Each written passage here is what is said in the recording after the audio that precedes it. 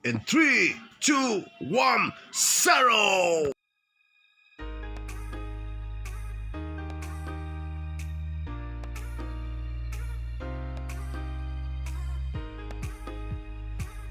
Hi guys, I'm back! Today, I'm gathered some of interesting interior design para sa loob ng pamamahay ko. To keep my motivation and creativity, kumuha ako ng mga iba't ibang idea para i-apply sa pamamahay ko. This is my ideal lodge for my dining, kitchen, and living area to transform into different brightness of my home. And also, I mounted a modern mirror wall art glass mirror group with contrast black and white glass table.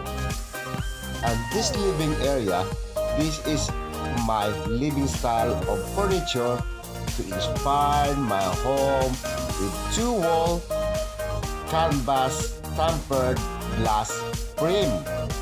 On the right corner, naglagay ako ng lampshade. On left corner, naglagay ako ng pendant lights. So ngayon guys, samahan nyo ako na mag-decorate at magpintura sa loob ng bahay. Okay, let's start!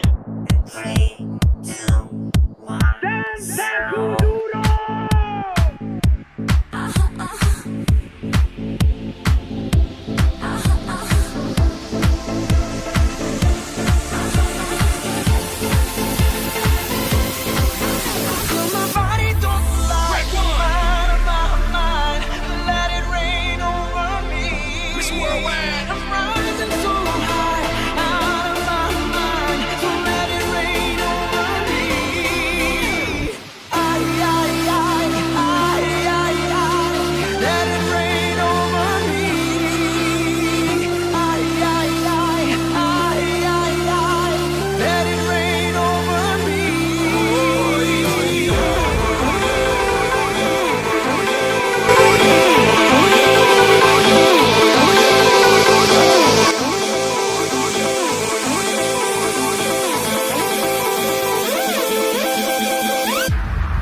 Cururo, balança que é uma loucura. Morena, vem a meu lado, ninguém vai ficar parado. Quero ver mexer com duro, balança que é uma loucura. Morena, vem a meu lado, ninguém vai ficar parado.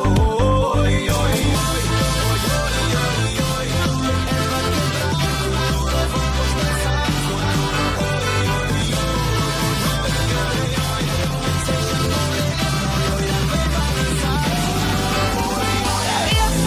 Quiero que no conectes.